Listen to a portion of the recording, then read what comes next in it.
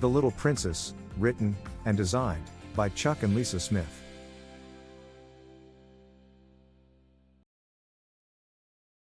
This is the story of a beautiful princess named Bailey Marie. She was the loveliest princess in all the land. She lived in a huge castle in the town of Little where the sun shined all year round. She was supposed to marry the Prince of Doomtown in just 4 days. The only thing was, she didn't love him. I enjoy the plants and the animals. I just wish it wasn't so hot. Try not to complain so much, dear. You know you've got it made. Besides, in 4 days you will be marrying Prince Groucho and all your dreams will be coming true.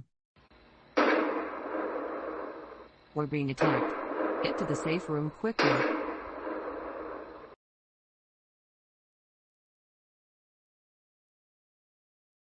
The castle was under attack for several days. But before anyone realized what was going on, the princess was gone.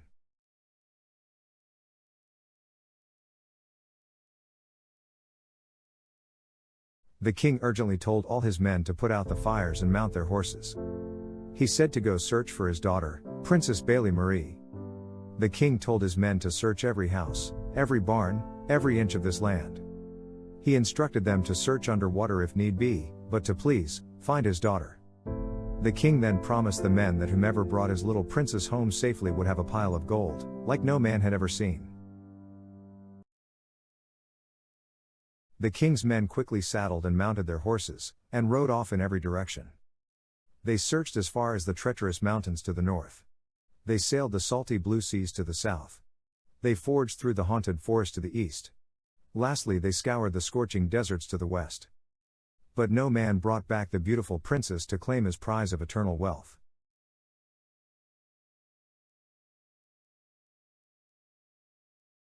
Meanwhile, in a village far away from the beautiful sun-lit town of Little, our Princess Bailey Marie was slowly waking up from what she had considered a very uncomfortable nap. On top of that, her head was killing her and she wasn't sure why. It looked as if she were in a log cabin with a big wooden door. All the furniture seemed to be really old, like antique. At least it seemed really old to her. There was a strange man comforting her at her bedside. He didn't seem dangerous, but she didn't know who he was, or more importantly, where she was at. He told her that the people in his village were in a large battle with a group of rebel forces from Skull Mountain. He then spoke out in a rather agitated voice that the skeletons hid out in the snow caves and attacked his fellow villagers unexpectedly and far more frequently these days. He said that they always abducted the women. The skulls would take them back to be brides for their Skull Mountain royalty. He then explained to her that one of the men found her wrapped up in a rug in a ditch. The courageous man fought against all odds to win the battle that saved your life. He is our best warrior. His name is Philip. Hi, my name is Philip. Welcome to Snowtown. We are the largest village on the Ice Plains. I am the leader of our warrior clan. Our job is to keep the town safe, both day and night, from the skulls that lurk in the forest. I was told your name is Marie and that you are claiming to be from a town of eternal sunlight and absolutely no ice or snow. I'm sure your home is lovely, but there is no such place. It's nice to meet you, Philip. And yes, the name is Marie. Bailey Marie. Of the luxurious Marie Kingdom in the town of Little. And yes, where I am from, it is always warm. Our crops grow all year round and the constant sunlight allows the fruits and vegetables to grow longer. This gives them more flavor and allow them to grow much larger than normal fruits and vegetables. Well, Miss Bailey Marie, if there is such a place, where the sun is everlasting and the crops are always plentiful, then I'm going to find it. I don't know where you're from, Bailey, but I'm taking you home. We will start our search tomorrow not by foot or horse, but by air. In my new invention I call the bubble coach.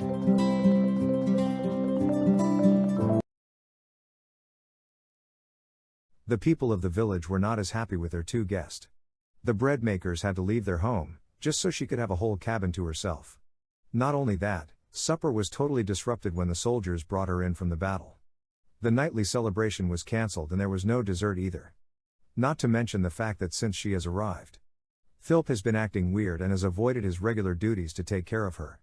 But to top it all off with a great big cherry, she's taking their best warrior and provider, away on what will most probably be a very long journey in search of her home. Literally, the bright side was, that if that little princess was telling the truth about the forever sunshine in the town of Little, food in Snow Town would soon be plentiful.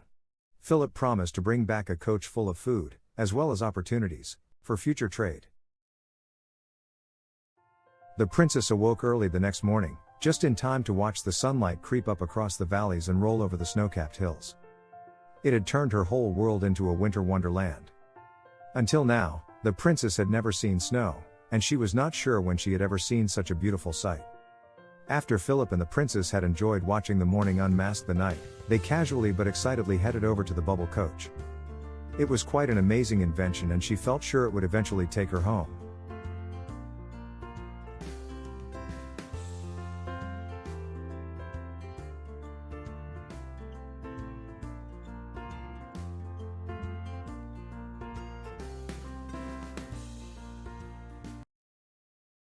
They would stop at each of the towns along the way, to meet the people, and get fresh supplies.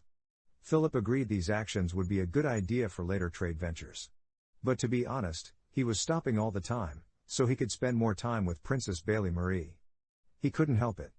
He was falling in love and there was nothing he could do about it. And truth be told, Bailey was finding that she wanted to spend more time with Philip as well.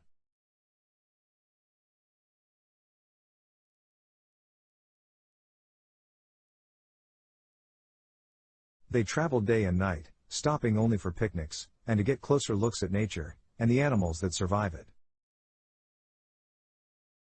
I don't see how we are able to fly at night. I understand flying higher to avoid the trees, but how do you know which way we are going? Okay. Bubble Coach 101. We can see the treetops with our lanterns. I use them like a highway. A river actually works better. But a river has to be pointing the same way you are, to actually do any good. As far as the direction we are traveling. By night, I use the brightest star in the sky. The North Star. During the day, I use the sun. It rises in the east and sets in the west. I promise, I will get you home, my sweet princess.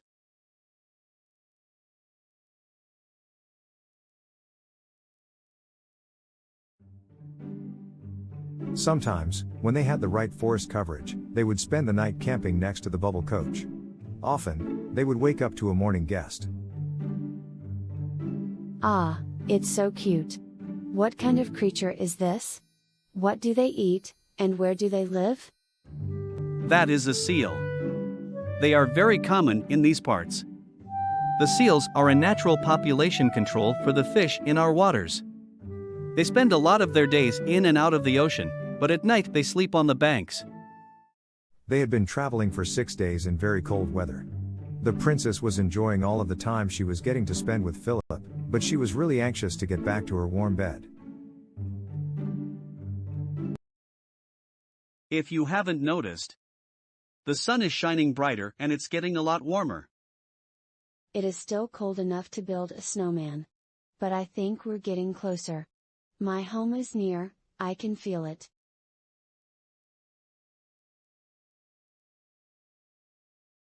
On the 6th night of their travels, they had decided that they were tired, and needed to camp. When they woke up on the morning of the 7th day, they woke up to the most amazing sight. The sun was shining brighter than Philip had ever seen it shine. Quick! Over that ridge. We're almost there.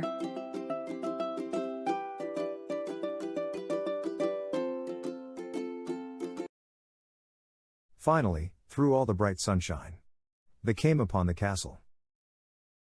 We're here. We're finally here.